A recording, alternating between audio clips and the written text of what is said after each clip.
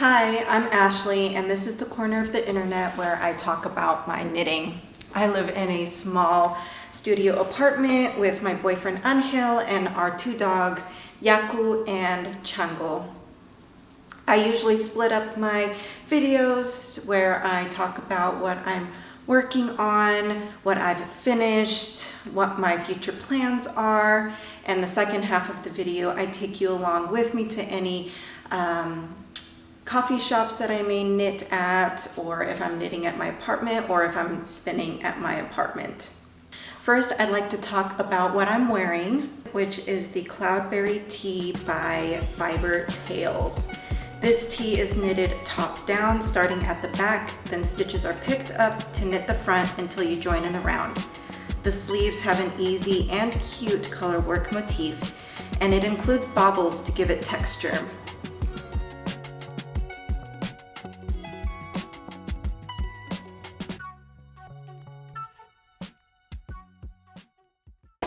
I really enjoy this shirt. I think it's light and breezy enough to wear in the summer, and like today, even though it's cold outside, it's just nice to wear around the apartment and, you know, to just throw on a jacket over it if I'm gonna go out for the day. Next, I'd like to talk about my progress on the September sweater by Petite Knit.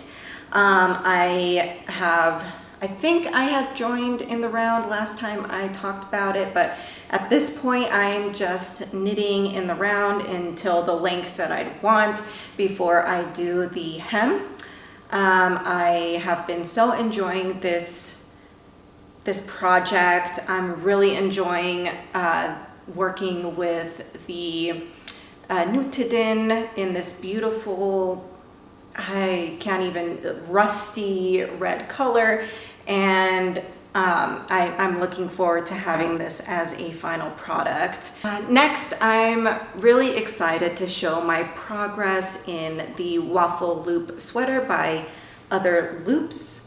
I have joined in the round and have started the middle cable motif.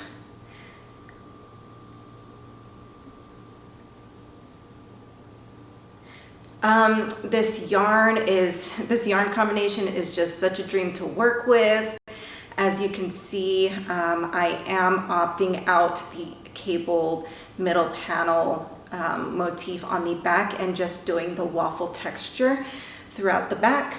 That's the only, I guess, alteration that I've made to this project. Overall, if you know how to do cables, I think this is quite an easy project, and the cables are easy as well. It's one of those where, you know, she makes it so that all of the cable crossings happen on the same row, along with the waffle texture. The most, you know, knitting and purling experience that you're doing on the waffle texture happens when the cable crossings happen as well. So it's one of those kind of, maybe not so easy to memorize. I mean, not for me. I have trouble memorizing cables, but it's one of those where the cable crossings happen within, let's say, every 4th or 8th row. Next, I am so happy to say that I am so happy with how my latest spin worked up with the otter from Hip Strings wool has turned out. Yeah, the yarn came out, it's just very fluffy. I feel like it's really consistent.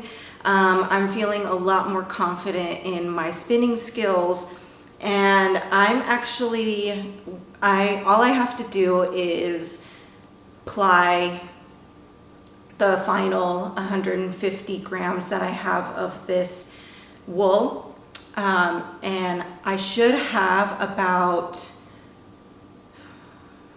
300 yards of this yarn. And so I am planning on making the scarf number 1 by My Favorite Things Knitwear. It's just a very small, almost handkerchief scarf that you can tie around your neck. And it has some texture and some eyelet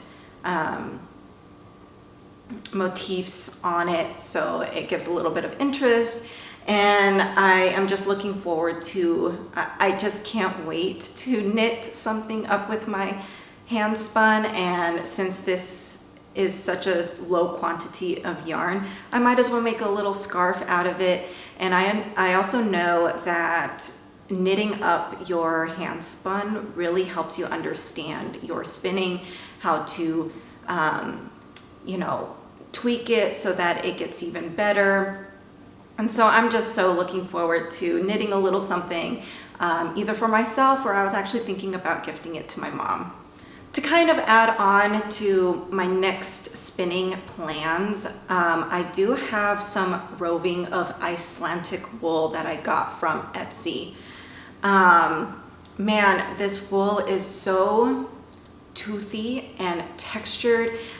You know, Icelandic wool is famously known for being extremely rough, and a lot of people don't tolerate it on their skin because it's very itchy, it's very fibrous. It's just a very hardy wool. Like, even holding this, I can tell how strong this wool is even in a roving form. And so I was just really curious. Yeah, goes. What do you think, huh? What do you think? And so this Etsy store, it's a small mom and pop owned farm, and they have some Icelandic wool as well as Nigerian dwarf sheep, or goats, which I've never heard of. And I think they explain also that they grow, or they make milk and cheese from those animals, and so I think that's really cool.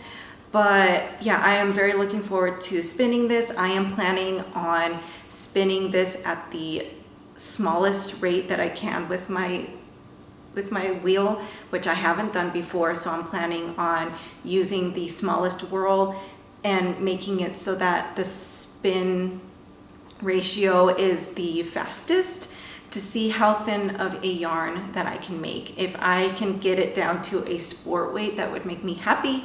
But I think this is a great sturdy yarn to try something more fine in weight, since it's less likely to break. And yeah, I'm not sure if I'll make something out of it just because it is so rough, but I am very much looking forward to see how this type of wool handles, and just to get to know the Icelandic breed a little bit more, since I do really enjoy knitting with it. The only time I have knitted with it is with the Plötulopi unspun yarn, which is this Icelandic